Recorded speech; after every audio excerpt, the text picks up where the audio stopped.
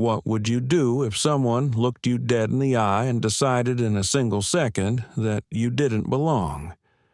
What if they questioned your right to sit where you paid to be, then asked for your ID like you were trespassing in your own space? Now imagine staying calm, graceful, even as the entire cabin watched silently, knowingly waiting for you to shrink. But what happens when the woman they tried to erase turns out to be the CEO of the airline they're flying on? This isn't a story about revenge. It's a story about power, identity, and the quiet strength it takes to change a system from 30,000 feet in the air. You're about to hear the journey of Celeste Morgan, a black woman who was profiled in first class, and who turned a moment of humiliation into a movement of reform.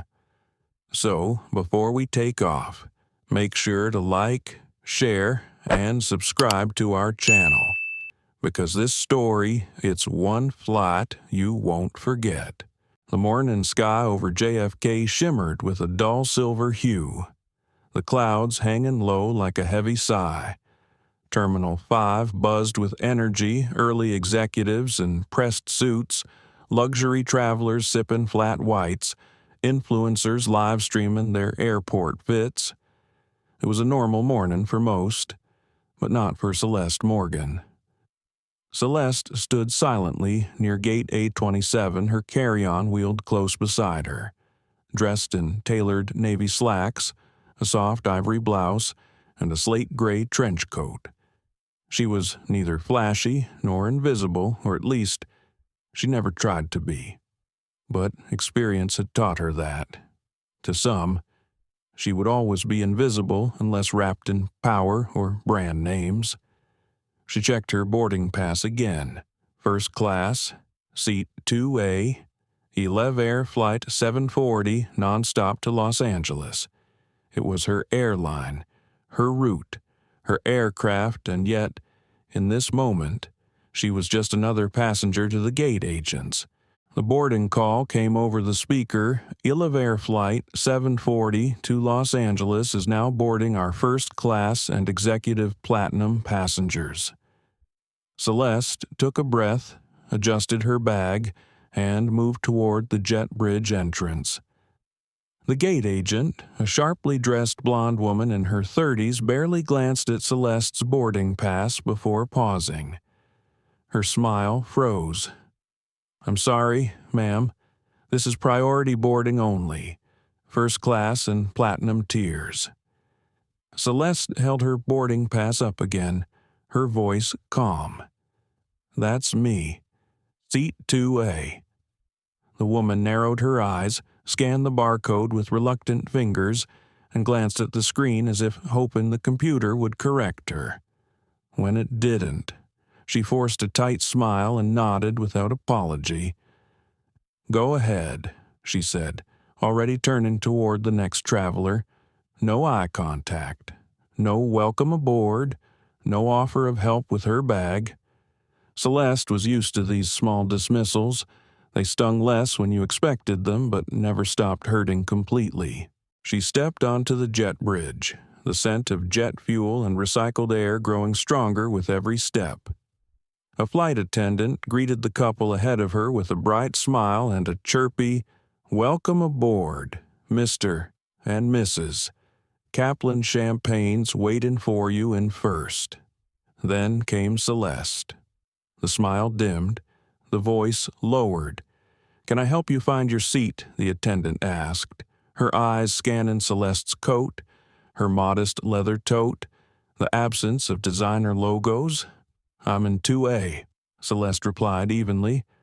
"Right, that's up front," the attendant said, then gestured vaguely and turned her attention elsewhere. Celeste slid into her seat quietly. 2A window seat, front row. The leather was soft and cool under her palms. Around her, a white-haired man in a Rolex flipped through Forbes without acknowledging her. A younger woman across the aisle applied lip balm with surgical precision. catching sight of Celeste and offering a split-second glance that said, "You sure you're in the right place?" The cabin filled quickly, laughter, greetings, clinking glasses.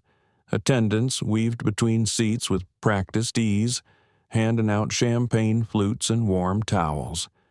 Celeste watched each passenger around her get served. She waited and waited. No towel, no drink. The attendant who'd spoken to her earlier name-tag Jared Lane passed her twice, eyes skimming over her as though she were part of the seat, not the person sitting in it. Celeste's throat tightened. She adjusted the volume on her noise-canceling headphones, not to block out the sound, but to mask the silence aimed directly at her. Her mind flicked back to a moment, 5 years earlier, a hotel valet who asked her if she was lost when she arrived in a Jaguar she owned outright, a charity gala where someone assumed she was kitchen staff, and now this. She looked out the window at the tarmac below, the yellow-vested crew prepping the plane. Behind her reflection in the glass, the cabin moved in blurred choreography smiles, drinks, banter. She was the stillness in the middle of it all. A contradiction. It's not about the seat, she reminded herself. It's never about the seat. She'd earned every mile, every accolade, built her airline from the ground up, taken risks when others hesitated, created a brand that prided itself on elevated service for everyone. She was proud of Elevair, and today, she was about to see whether that mission still had meaning. A man in seat 2B arrived tall, silver hair, linen suit. He looked at her, then looked at his ticket, then again at her. "You sure you're supposed to be here?" he asked casually, as if asking about the weather. Celeste smiled faintly. "Are you?" He said nothing. The engines began their soft roar as the boarding door closed. Jared made his final rounds, still avoiding her gaze. When he passed her row, Celeste met his eyes for the first time. Calm, steady, unapologetic. "You missed me," she said quietly. No towel, no champagne, no greeting. Jared blinked, his mouth opened slightly, then closed. "I'll check," he muttered, disappearing down the galley. She knew he wouldn't return, but it was okay. The real turbulence hadn't started yet. The plane hadn't even left the ground when the next blow landed. Celeste was still quietly watching the ground crew disappear from view when a sharp, deliberate voice interrupted her thoughts. "Excuse me, hi. Yes, I'm pretty sure this is supposed to be my seat." Celeste turned, slowly, her expression calm but alert. A white woman in her early 50s, draped in a champagne-colored cashmere shawl and clutching a Dior tote, stood beside her with an expectant frown. Her lipstick was flawless, her sunglasses pushed high on her styled hair. She didn't look confused. She looked offended. "This is 2A, right?" the woman asked, voice rising half an octave. "That's what's printed on my boarding pass." Celeste reached calmly into her tote and pulled out her pass, still folded from the boarding gate. 2A, she said, holding it up. The woman scoffed, already shifting her weight, eyes darting around for backup. She didn't take the time to apologize or even examine the ticket. Instead, she turned sharply to Jared Lane, the purser, who was just returning from the galley this time carrying the missing champagne, but clearly not for Celeste. "Excuse me, sir," she called, the tone a practiced cocktail of politeness and complaint. "There's been a mix-up. I think someone's in my seat." Jared's eyes flicked to Celeste. He didn't hide his annoyance. "Ma'am," he said to the woman, "let me check." He took her boarding pass and, after a brief glance, frowned. then turned to Celeste as if this confirmed his private suspicions. "Can I see your ticket again? Please, there was no ma'am this time. No courtesy." Celeste didn't flinch. She handed it to him. "Thank you," she said, her voice soft but firm. Jared looked. His face fell into neutrality, the corporate kind that says I'm going to ignore the implications of this moment. "Apologies," he said finally to the woman. "Your seat is actually 3B. The woman blinked. "But I've always flown 2A. It's my usual seat. Surely we'll be happy to bring you a drink," Jared offered quickly, steering her backward. "And a blanket. Just let me get you settled." The woman made a sound of protest, then relented, but not before offering Celeste one final, lingering glance, not hostile. Worse, condescending. As if to say, enjoy it while it lasts. Celeste returned her boarding pass to her bag. She exhaled, slow and deep, not out of anger, but something heavier. Familiarity. It wasn't the first time someone tried to remove her from a seat she paid for, or a room she built, or a boardroom she funded. She'd learned to hold her composure like an armor, but even armor dented after long enough. She turned back to the window. On the reflection in the glass, she could see Jared returning down the aisle this time with a flute of champagne. Not for her. For the woman now seated one row behind, already smiling sweetly like nothing had happened. It wasn't rage Celeste felt. Not yet. It was weariness, the kind that builds like cabin pressure. As the plane began taxiing, she closed her eyes and sank into the leather. The seat didn't comfort her. It mocked her. Her inner monologue stirred. How many more times must I pretend like this doesn't cut deep? How many more miles? How many more millions? How much dignity is required before I'm simply seen as human in a space like this? Her grip tightened on the seat's armrest. She forced herself to release it. The intercom buzzed to life. "Good morning, ladies and gentlemen. This is Captain Reese Callahan speaking. We've been cleared for takeoff." His voice, smooth and measured, felt like static in the background. Celeste wasn't listening. Her mind was flipping pages in an invisible book filled with similar encounters. Hotel clerks handing receipts to her assistant instead of her, investment firms questioning her liquidity, security officers randomly checking her ID at company events. And now, once again, questioned in a cabin she not only had every right to sit in, but one she had helped design. Celeste wasn't angry. She was calculating. She was watching. Waiting. At cruising altitude, Jared returned with a tray. He placed a new set of warm towels across 1A, 1B, 2B, and then paused. Their eyes met. He held the towel out to her, forced a smile. "Sorry for the mix-up earlier." She took the towel without a word. Not because she accepted the apology, but because she knew in 7 minutes none of this would matter. The plane sliced through the upper atmosphere, its nose pointed west, chasing the sun.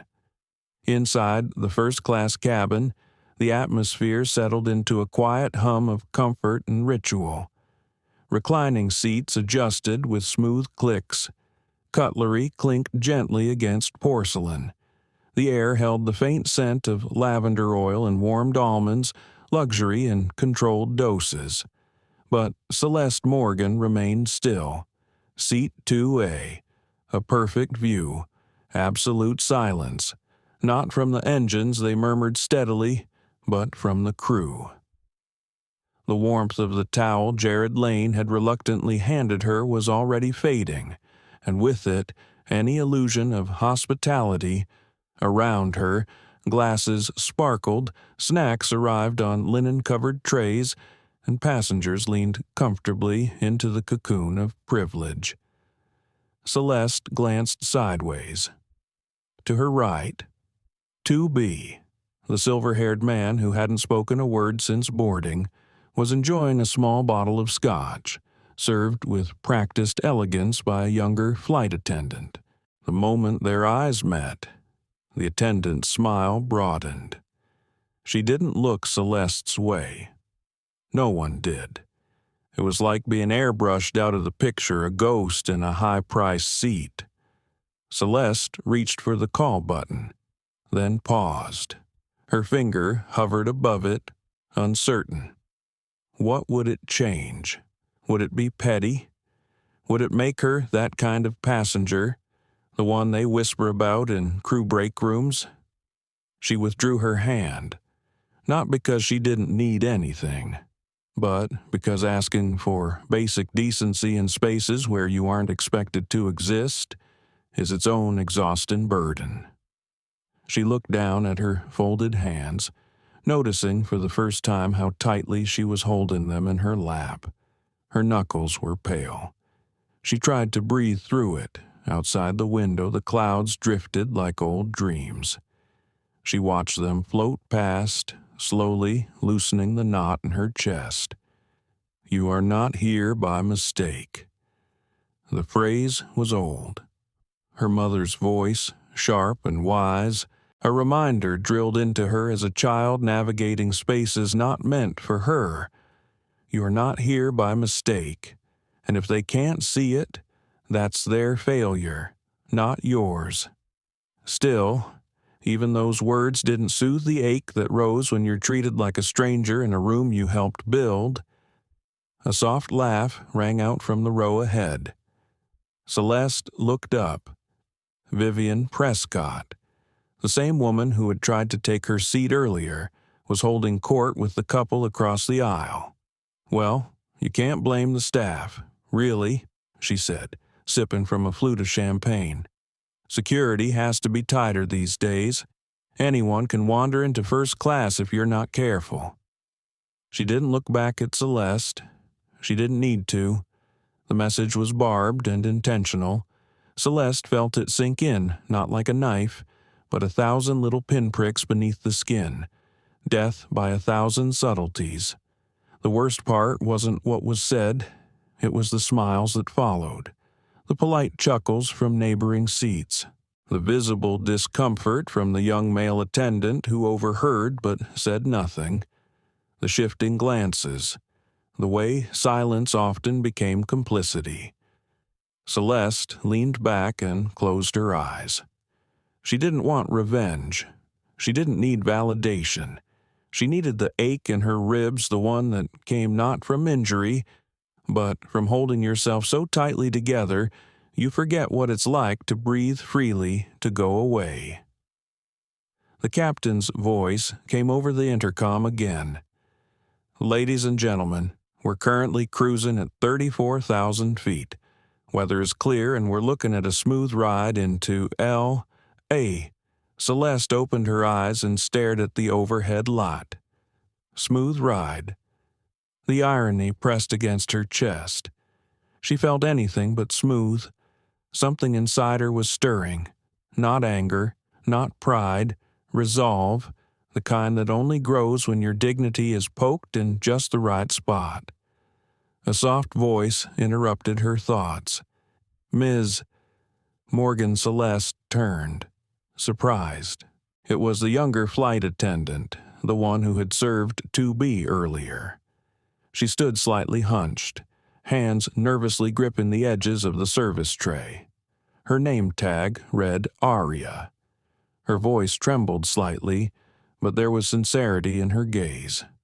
I'm sorry, no one offered you a drink earlier. Would you like something now? Celeste studied her, the hesitation, the internal conflict. She recognized it. A young black woman, trying to survive in a space not built for her either. Celeste offered the softest of smiles. Thank you, Aria. I'll have sparkling water with lemon, if that's okay. Relief flickered in Arya's eyes. She nodded quickly and moved toward the galley, leaving behind a silence not quite as heavy as before. Celeste exhaled. For the first time on this flight, she let her shoulders drop just slightly. Someone had seen her, and that small recognition lit a fuse. The clock was ticking. The cabin lights dimmed to a soft, golden hue, simulating sunset even though the sky outside remained a bright, endless blue. Flight attendants moved quietly through the aisles, heads bowed with practiced grace, their heels barely whispering against the carpet. Meals were served, wine glasses refilled, seat backs reclined with muted clicks. Celeste Morgan sat upright in 2A, barely touching the linen-covered tray table before her. The sparkling water with lemon brought by Arya Blake glistened untouched. A small piece of bread rested on its plate, steam long faded. Across the aisle, Vivian Prescott had removed her cashmere wrap, revealing a neatly pressed cream blouse and a platinum wristwatch that sparkled under the reading light. She glanced at Celeste every so often, not directly, but sideways, through the veil of her designer eyeglasses. She wasn't the only one. Celeste had grown used to these glances. The "what is she doing here" looks, the barely masked surprise, the quiet cataloging of her outfit, her hair, her lack of obvious branding. It was always the same, a slow-burning suspicion that she didn't belong. The difference now was that this time she wasn't a guest in someone else's space. She was the one who signed the checks. Still, no one here knew that. Not yet. A man from the back of first class passed by on the way to the restroom. His gaze lingered for a second too long as he looked at Celeste, as if trying to place her not as a person, but as a question mark. She returned the look with calm, direct eyes. He looked away. Jared Lane reappeared with a fresh bottle of wine in one hand, pausing by Vivian's seat. They spoke in hushed tones, too low to catch, but Vivian laughed lightly at something he said. Her laughter echoed faintly into the aisle, just loud enough to cross into Celeste's space. Celeste picked up her glass, sipped once, and set it back down. Arya returned a few minutes later to collect empty trays. Her hands moved quickly, but when she reached Celeste's row, her motions slowed. She glanced at Celeste's untouched plate. "Would you like me to bring you something else?" "Ms. Morgan?" she asked softly. Celeste shook her head. "I'm fine. Thank you." Arya hesitated a moment longer, then nodded and moved on. But not before Celeste caught the flicker of discomfort in her eyes, not directed at her, but at the world Arya was forced to navigate, just as Celeste had for years. Behind her, two men in matching blazers were talking about startups. One of them said diversity hire and chuckled. The other laughed too loudly. A third, across the cabin, scrolled through his phone, pausing to film something or someone with a sideways hold of the camera. Celeste turned to the window again. Her reflection stared back, and for a moment she didn't see a CEO or a business leader or even a black woman fighting to maintain her dignity. She saw a girl, 16 years old, standing outside a closed boutique in Midtown Manhattan, still in her school uniform, watching two white girls walk in after she'd been told the shop was appointment only. She had stood there with her chin up, pride masking hurt. That memory never left her. It lived behind every boardroom pitch, every magazine profile, every speech about progress. She reached for the small leather notebook in her bag.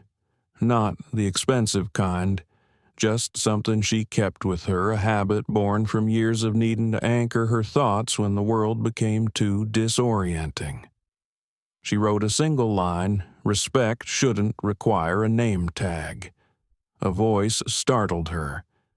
"Can I ask you something, Vivian Prescott?" Celeste looked up. Her tone was syrupy now, wrapped in false warmth. "Are you in business? I'm only asking because I haven't seen you on this route before." Celeste regarded her for a beat, then smiled. "I'm in leadership," she said simply. Vivian's smile faltered a little, but she recovered. "Lovely. Well, I suppose they let more people into first class these days. All sorts. It wasn't a question.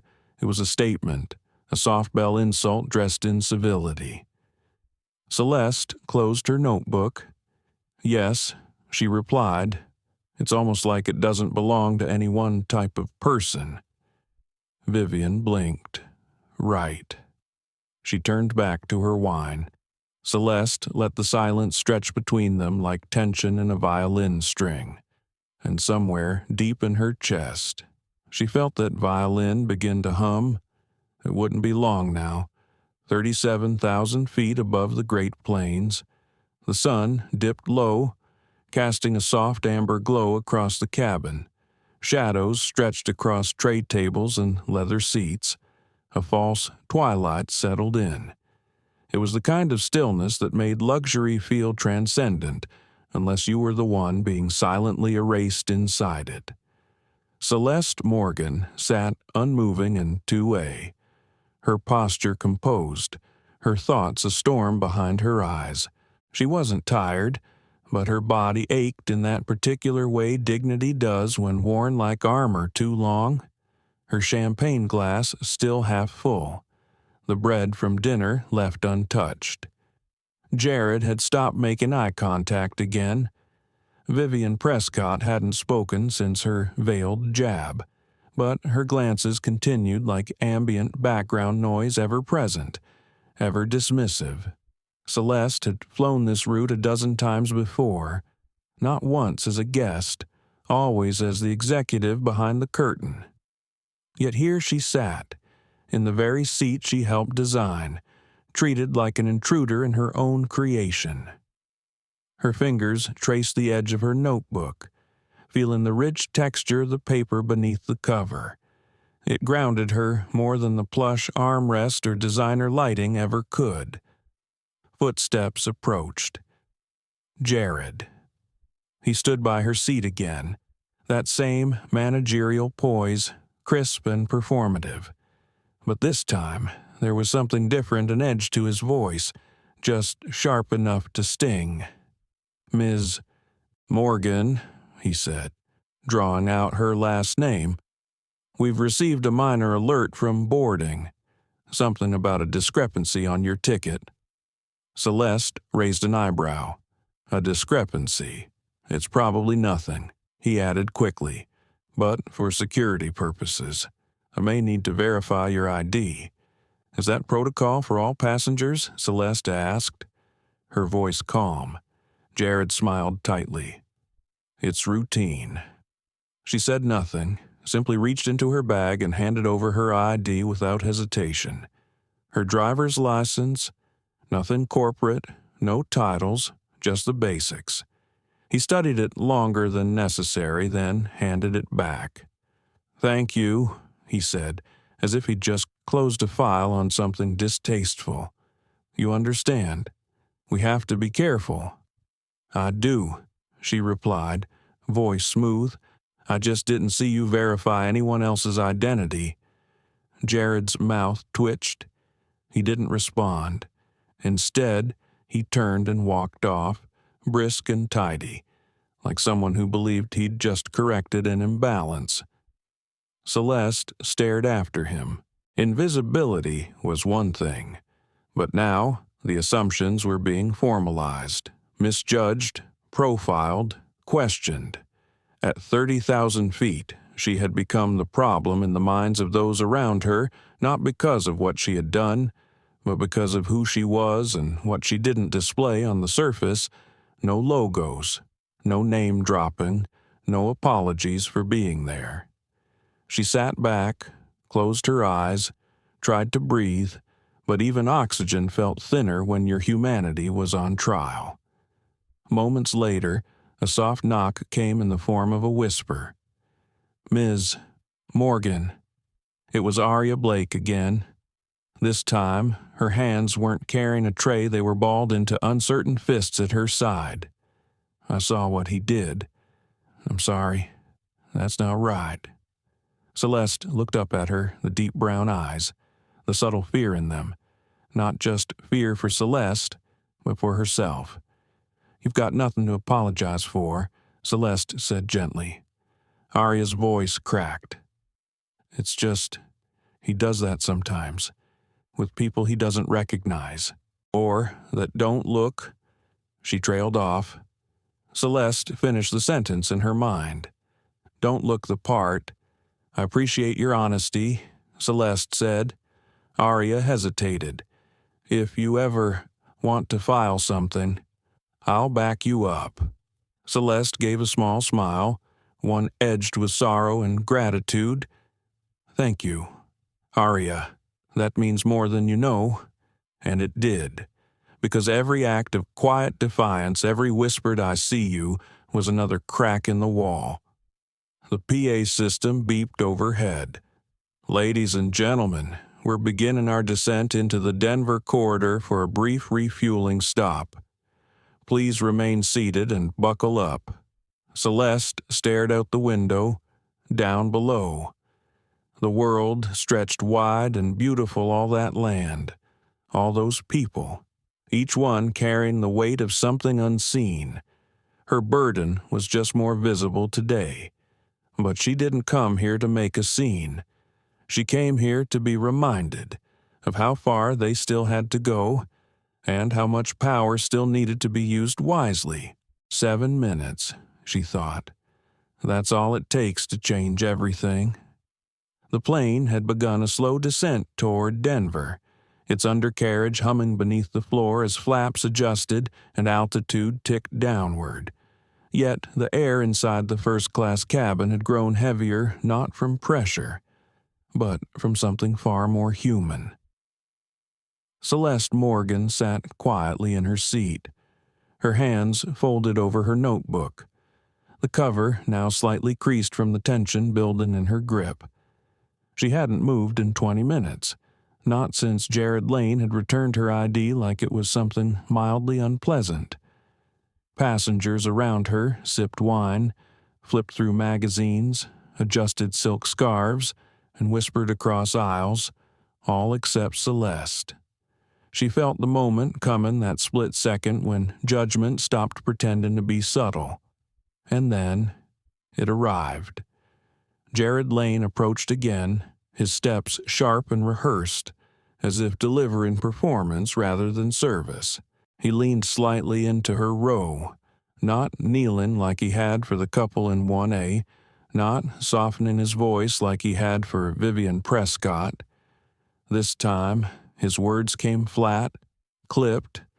"Ms. Morgan, I'll need to ask you to return to the economy section until we can verify this seating situation with our operations team." Celeste looked up slowly, expression unreadable. "My seat is 2A. There's been an ongoing discrepancy flagged, and while we sort it out, we'll need this seat made available," he said, tone light but laced with dismissal. "It's protocol." Vivian Prescott turned slightly in her seat, lips curved in amusement, pretending to look out the window.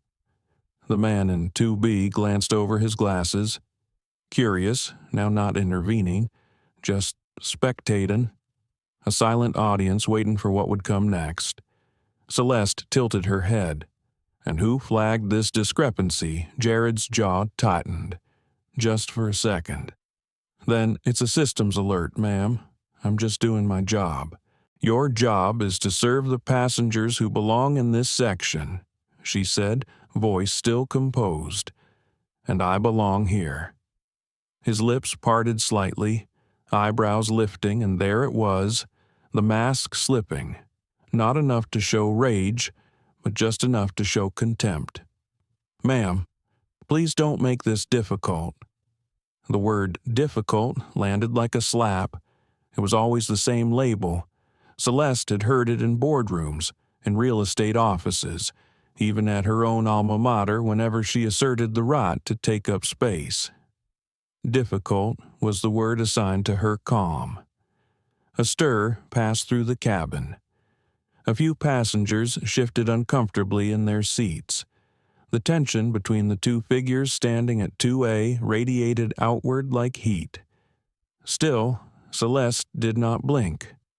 "You seem quite eager to remove me from this seat," she said. "May I ask why?" Jared blinked. Thrown for just a moment, he defaulted back to policy. "If you don't comply, I'll have to notify the captain."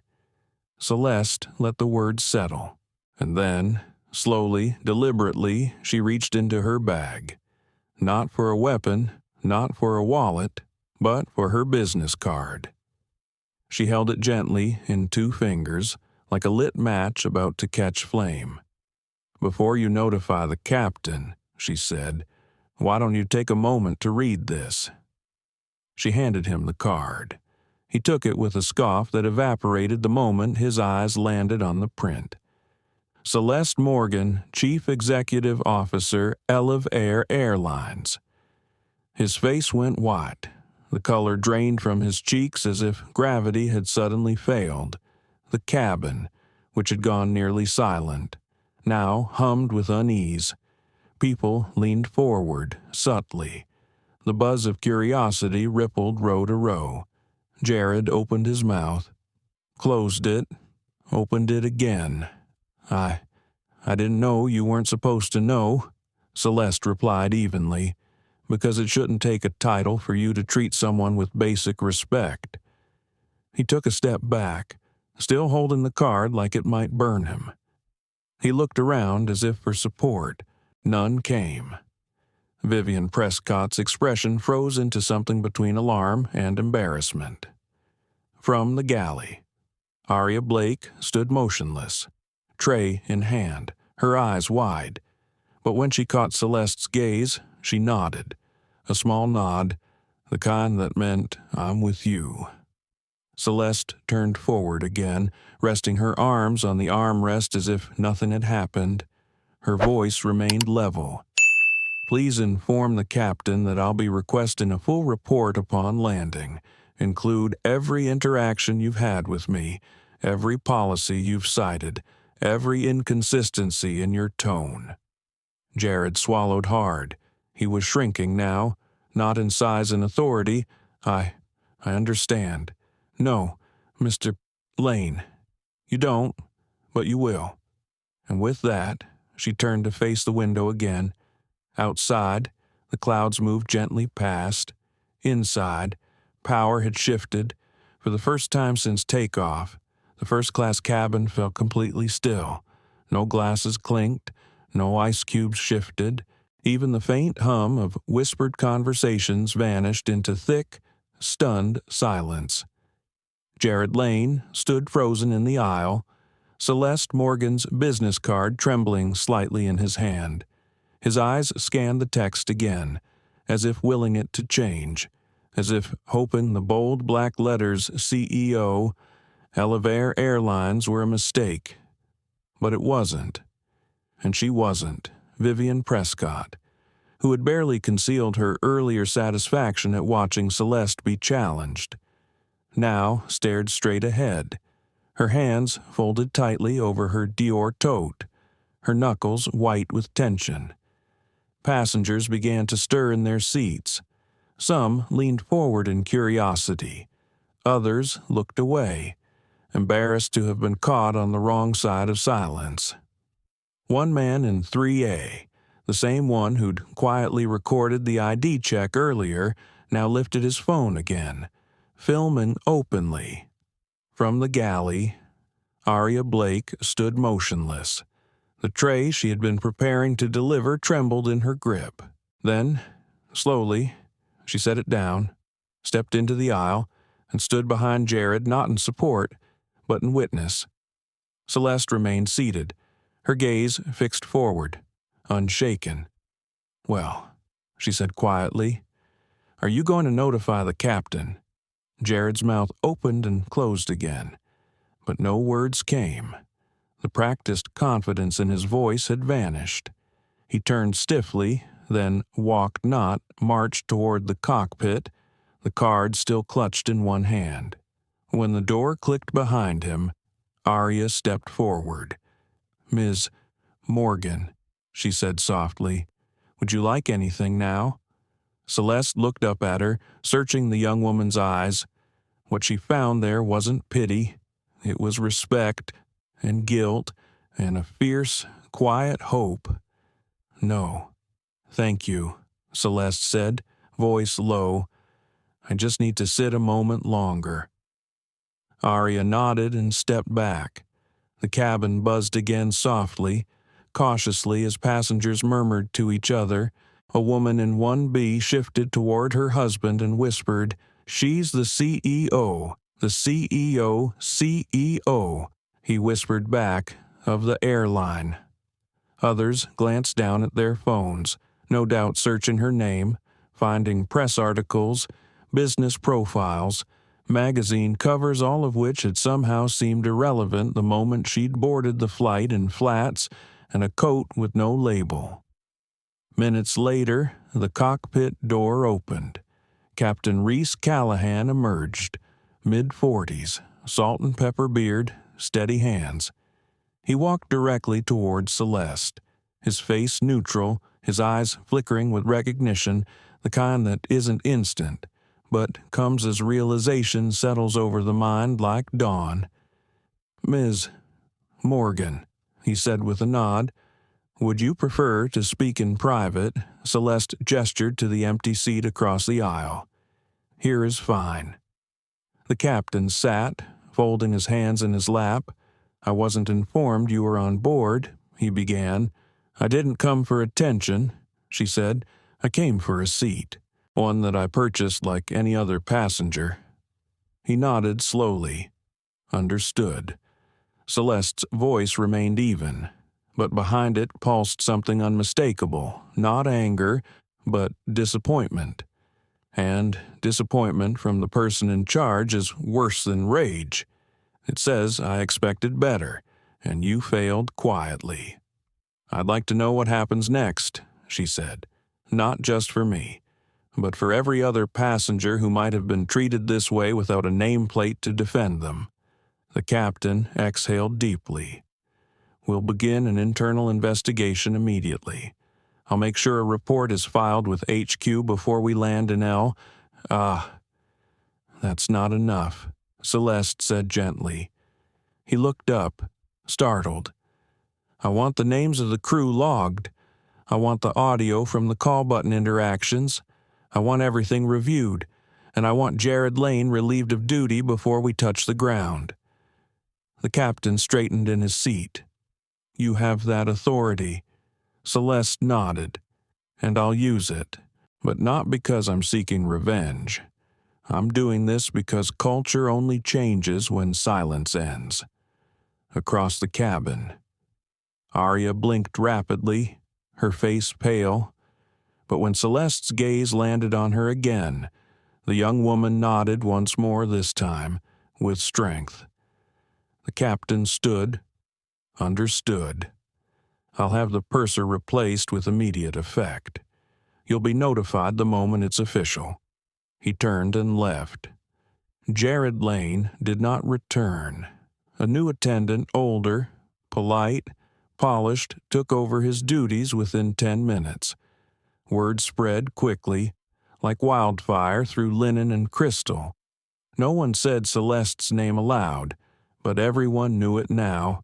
They had seen her underestimated, they had seen her challenged, and now they were seeing the consequence. But Celeste didn't look satisfied. She looked tired, and beneath that, determined, because the seat wasn't the prize, dignity was, and it had taken flight that day in silence until her voice brought it back. The plane leveled off after its short descent into Denver's airspace. Cruising low over the snow-dusted foothills, The sun had dipped behind the horizon now, casting the sky in bruised lavender and burnt copper. Inside the cabin, the lights had been dimmed again, a soft, ambient glow settling over wide-eyed passengers and whispering crews, but the silence now carried something different. It wasn't ignorance, it was awareness. Celeste Morgan, still seated in 2A, closed her notebook softly and placed it on her tray. Her name now buzzed quietly through the cabin, not from her, but from phones and whispers, from passengers passing articles back and forth, faces glowing blue from search results. They knew now, and some were shaken by it. But Celeste didn't feel vindicated. She felt the weight of what had to come next. She looked across the aisle. Vivian Prescott sat rigid in her seat, hands clasped in her lap. The earlier smugness had drained from her posture. She wasn't looking at Celeste anymore. She wasn't looking at anyone. Her eyes were fixed on the seat back, her world no longer the center of the cabin. Behind her, a man who had filmed part of the confrontation leaned back into his seat and quietly deleted the footage. Celeste caught the gesture. They always want the show until the story holds up a mirror. She turned her gaze out the window again, watching the glittering city lights flicker beneath them, each one a home, a person, a possibility, a fight. She remembered her first solo flight across the country as a young founder 27 years old, clenching the armrests during turbulence, knees pressed together in coach, sitting next to someone who spent the flight explaining to her how to properly pitch a startup, because he assumed she worked in PR. She had smiled politely the entire time.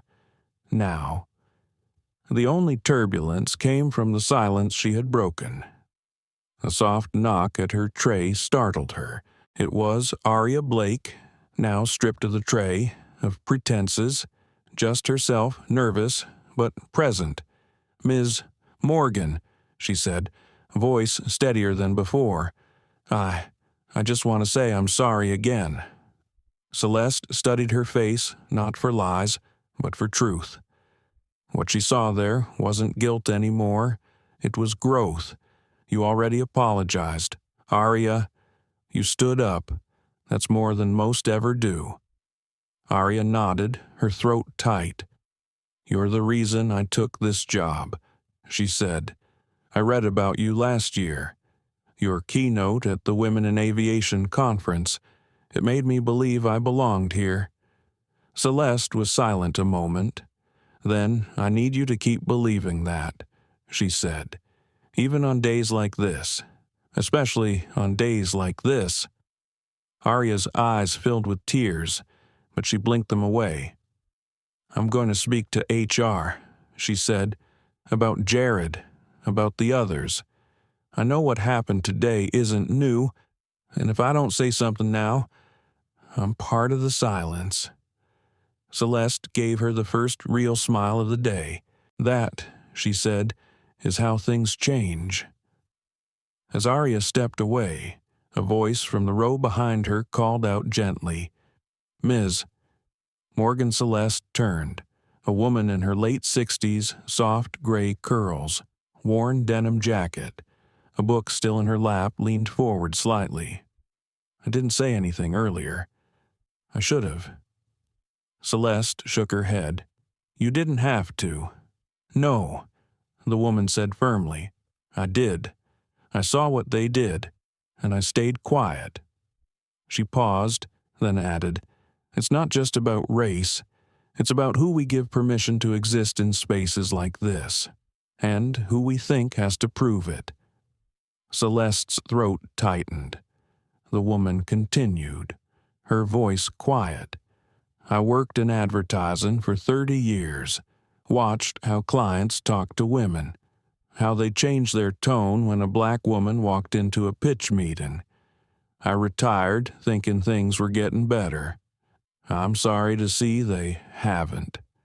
Celeste reached out and touched her hand briefly, a gesture of connection, not consolation. "You're speaking now," she said. "That matters." A few seats away, a man in a navy blazer cleared his throat. "Ms. Morgan, may I?" She turned again. He looked deeply uncomfortable. "I just wanted to say thank you for what you said earlier. I have a daughter, and I hope she grows up in a world where people don't assume she's in the wrong seat." Celeste nodded gently. "So do I." Around her, heads dipped in subtle acknowledgement. It wasn't applause, it wasn't a standing ovation, but it was something more important. Reflection. People were looking inward, not just at her, but at themselves, and the quiet space that had once erased her now expanded to hold truth. The captain's voice came over the intercom. "Ladies and gentlemen, we've been cleared to continue on to Los Angeles. Thank you for your patience. We'll be airborne again shortly." Celeste leaned back into her seat, breathing deeply for the first time since boarding. There would be media calls ahead, statements, apologies, repercussions. But for now, just for this moment, she allowed herself the smallest relief. She had not only been seen, she had made them see. By the time the wheels of Elevair Flight 740 kissed the runway at LAX, the world outside the plane already knew what had happened in the sky. A passenger's phone had caught just enough, the brief exchange, Jared Lane's tension, Celeste Morgan's calm, the moment she handed him her card, 3 seconds of video, 11 words. "Before you notify the captain, why don't you read this?" By the time baggage carts rattled beneath the belly of the plane, those 11 words had racked up over 2 million views. When the jet bridge rolled into place, Celeste stayed in her seat, letting others disembark first. She didn't need the grand exit. She needed clarity, quiet, and just a moment to gather herself before the next wave crashed. But she knew what was waiting. The media, the board, the public, and something deeper, the reckoning of a system. As she finally stood to leave, Aria Blake reappeared, flanking the aisle like a guardian, her posture steady. "Your car's waiting outside. Ms. Morgan," she said quietly, "and thank you." Celeste nodded, then hesitated. "Don't thank me yet."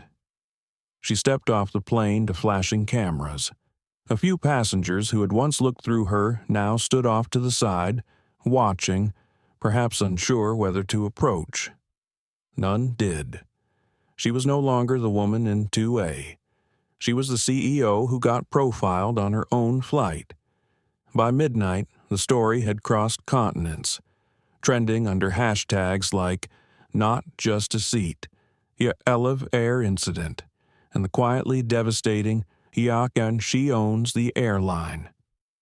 People were sharing stories not just of Celeste, but of their own quiet humiliations in first-class cabins, luxury stores, corporate boardrooms, and school meetings. The pattern was unmistakable. Respect, it seemed, had been doled out based on assumption, not merit. That next morning, Celeste stood behind a podium at Elevair headquarters, flanked by Chief Operations Officer Dana Wexler and a silent, sober legal team. She wore no makeup, no jewelry, no PR-crafted outfit, just a simple navy blazer and slacks. What she said wasn't defensive. It was revolutionary. "Let me be clear," she began, voice steady. "This is not about me. This is about what happens to people who don't have my title, who get humiliated and then ignored, who are judged in seconds and erased in silence. What happened to me was a gift, because now we have to deal with it." There were no gasps, just the silence of accountability. She continued, "We will overhaul every policy, From cabin crew training to hiring practices to how we evaluate the biases no manual has ever dared to name. And we won't stop there.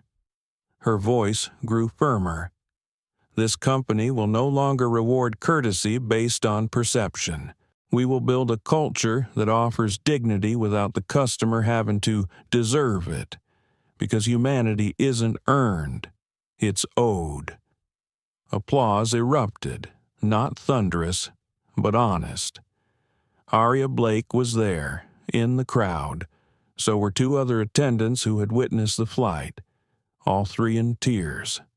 Celeste paused, then added, "As of today, Jared Lane is no longer employed at Elevair.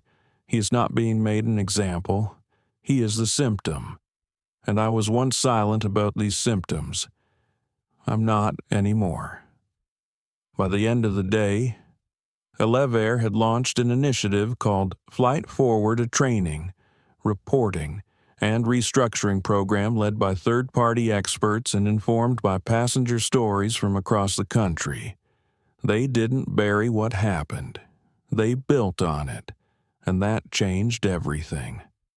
The boardroom at Elevair headquarters felt colder than usual, not because of the temperature. The HVAC ran a perfect 72, 5 degrees, but because of the eyes that now watched Celeste Morgan from across the polished oak table. 15 executives, all seasoned, all successful, most uncomfortable, a few still reeling, some still doubtful. They had seen the headlines, they had watched the video, they had read the public statement she'd delivered hours earlier. Now, they sat stiff in high-backed leather chairs, waiting not for clarification, but for containment. Celeste didn't give it to them. She stood at the head of the table, no notes, no PowerPoint, just her voice. We talk about turbulence like it's something that happens outside the aircraft. She began, but sometimes it happens right here, on the ground, in boardrooms, in silence. No one spoke, not Greg Masterson, VP of Operations, who had once questioned whether passengers could tell the difference between customer care and customer preference. Not Linda Keene, the head of brand, who had called the incident a PR issue in a leaked email now circulating Twitter. Not even Martin LaGrange, the oldest member of the board, who had built his reputation on managing crises and yet had nothing to offer today but the faintest twitch of discomfort behind wire-rimmed glasses. Celeste let the silence stretch. What happened to me is no different than what's happened to thousands of people flying our airline, she said. The only difference is, this time, the person being humiliated had the power to do something about it. She leaned slightly forward. So I'm going to... A rustle moved through the room. One board member, Eleanor Ramos, head of HR, straightened, her notepad full of scribbles and concern. Celeste, the public is on our side right now. If we're careful, we can turn this into a net positive. This isn't a brand strategy. Celeste cut in. This is a reckoning. She walked slowly to the whiteboard behind her. In bold marker, she wrote a single word, dignity, then circled it. Here's what we're changing, she continued. Not because it's convenient, because it's necessary. She outlined a list. Bias response protocols for every department, enforced by independent monitors. Anonymous internal complaint channels with third-party oversight. Quarterly dignity audits that track not just numbers, but narratives. Customer feedback loops restructured to elevate underrepresented voices. Leadership restructuring that includes team members like Aria Blake people who had once been silenced, now invited to sit at the table. Someone cleared his throat. It was Martin LaGrange. Celeste, we support your intent. But these changes are drastic, expensive." She turned to him slowly. So was silence. Another voice chimed in, Linda Keene. "You've put a target on us. We're trending, yes, but scrutiny like this can tip. If another incident happens, we'll be accused of failing at reform. And if we don't change," Celeste said, "we'll be guilty of it." That stopped Linda short. "We can't train away every bias," Greg Masterson muttered. "Then we restructure the systems that protect them," Celeste said, her voice low, controlled. "This is not about eliminating imperfection. It's about refusing to normalize it." The room fell silent again. Then, softly, Eleanor Ramos spoke. "Who will lead these changes?" Celeste looked her straight in the eyes. "I will. No fanfare, no demand, just ownership." And that more than any marketing campaign or press conference was what shifted the air in the room. The board did not applaud, but they listened, and for the first time, some of them truly heard her. 2 months after the incident that changed everything, Yellow Flight 406 took off from Boston Logan, bound for San Francisco. It looked like any other flight, sleek aircraft, polished crew, first-class cabins draped in navy and gold, but subtle shifts were everywhere. At the gate, bilingual announcements were now standard. In the cabin, flight attendants wore pronoun pins by choice. Diversity statements weren't on posters anymore, they were in action. The lead crew member this time wasn't Jared Lane. It was Aria Blake, not just an attendant now. She was the first director of passenger experience appointed under Celeste Morgan's reform initiative, not because she had a title, but because she'd earned it when it mattered most. Aria stood at the front of the cabin, introducing herself with a clarity in her voice that hadn't been there the last time she held a tray in her shaking hands. "Welcome aboard Yellow Flight 406. If there's anything we can do to make your experience more human, more inclusive, or more respectful, please tell us. We're listening now, and we always will." Applause broke out. Not choreographed, just real. And 17 rows back, a passenger blinked back tears. Her name was Samantha Yue, a teacher from the Bronx taking her first trip in years.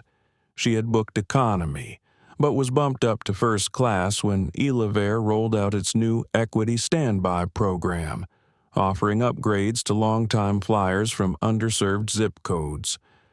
When she sat down and Aria offered her a warm towel, Samantha looked confused. "Are you sure?" Aria smiled. "Yes, ma'am. You belong here. Simple. Radical. True." Back at Elevair headquarters, Celeste Morgan stood in a quiet corner of the observation deck overlooking a hangar where a new aircraft was being painted. The tail fin now bore not just the brand's emblem, but a phrase one she'd insisted on personally: "The sky belongs to everyone." Next to her stood Eleanor Ramos, now head of organizational culture. "You really meant it," Eleanor said softly, watching the crew below prepare for rollout. "Every word," Celeste replied. "You know, Linda Keene resigned." Celeste turned, surprised. Voluntarily, Eleanor nodded, said she didn't know how to lead if she couldn't control the narrative, but Greg Masterson stayed. He asked to shadow crew teams for the next 3 months, said he wanted to understand what he'd been missing. Celeste smiled faintly. "People can surprise you." "You surprised them," Eleanor said. "You could have burned it all down. Instead, you rewrote the flight plan." Outside, the last letters were stenciled onto the fuselage. Celeste looked at them for a long time. They weren't just words, They were a vow. Weeks later, the story of Elevair's transformation appeared on 60 Minutes, NPR, and a half-dozen leadership podcasts. Harvard Business Review ran a feature titled "Culture at Cruising Altitude: How One Airline Redefined Respect." Celeste appeared in only one interview. When asked why she'd chosen silence after the initial press conference, she replied, "Because it was never about me. It was about what happens to people when the world doesn't expect anything from them, and what we all lose when we accept that as normal." She paused. "We don't need better branding. We need better belonging." That day, Elevair became something new, not just an airline, a symbol of what happens when someone misjudged refuses to stay silent, of what's possible when courage is passed down from boardroom to cabin, from CEO to crew, from silence to speech. It was nearly dusk when Celeste Morgan returned to the gate where everything had begun. The lounge at Gate B9 in Chicago O'Hare still looked the same minimalist, sterile, brushed aluminum and glass, but something in the air had shifted. Maybe it was the people, or maybe it was her. She wasn't there for a press event. There were no cameras, no flashing bulbs, just a normal Tuesday evening and one last flight to Los Angeles. She checked in at the desk. The attendant, a young woman in Elevair blue, looked up and froze for a beat. "Ms.?" Morgan Celeste nodded gently. "Just a passenger today." The woman smiled. "You're always more than that." Celeste offered a soft laugh and walked toward the gate. In the terminal windows, she saw her reflection. A woman a few years older, a few thousand pounds lighter in her chest. Still sharp, still poised, but not performing, just present. She boarded early, not because of status, but because she wanted to sit quietly before the cabin filled. Seat 2A again. Her seat, a small laminated card rested on the armrest. It read, "Welcome back, Ms. Morgan. We remember. We've changed. We thank you. Team Elevair." She blinked, then smiled. It was the first time she'd ever been thanked for being underestimated. The plane filled slowly. No one stared. No one whispered. They all had stories of their own now, stories shaped not by who Celeste was, but by what she had demanded for everyone. Across the aisle sat a young girl, maybe 9 or 10, her braids coiled neatly, a journal balanced on her knees. She kept peeking over the seat at Celeste. Eventually, she leaned toward her.